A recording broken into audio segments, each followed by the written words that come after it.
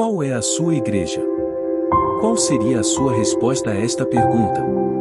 Esta é uma pergunta muito comum entre os crentes. Mas será que a sua resposta está correta, conforme o que ensina a palavra de Deus?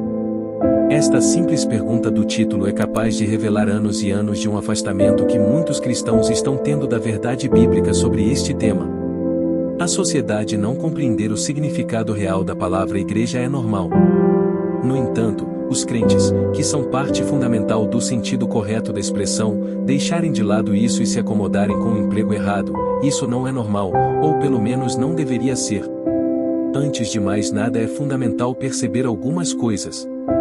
A palavra igreja aparece na Bíblia 107 vezes. Destas 107 vezes, 2 vezes nos evangelhos, mais especificamente em Mateus. As demais aparecem em Atos, nas cartas e em Apocalipse. Não aparece no Antigo Testamento. Para entender o significado de igreja, vamos falar nesse vídeo sobre o que não representa o sentido bíblico desta palavra. O que não é igreja? A igreja não é um prédio. Apesar de termos aprendido nos livros escolares que a letra I é de igreja. E a figura que representa esta palavra sendo um prédio com uma cruz no topo, igreja não é uma construção de pedras, tijolos, cimento, madeira ou outros materiais. Quando Jesus disse que edificaria a sua igreja, ele não estava dizendo que construiria um prédio. A igreja não é uma denominação.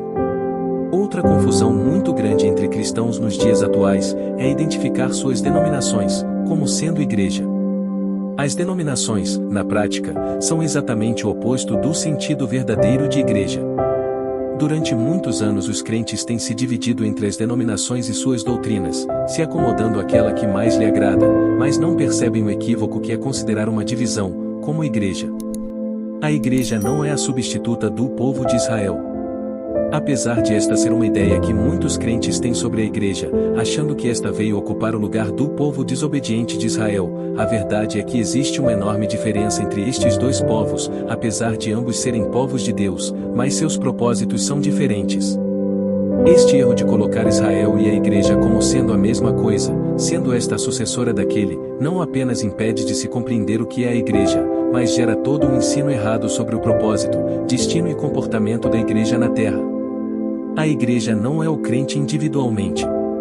Um outro entendimento errado é achar que eu, individualmente, sou a igreja.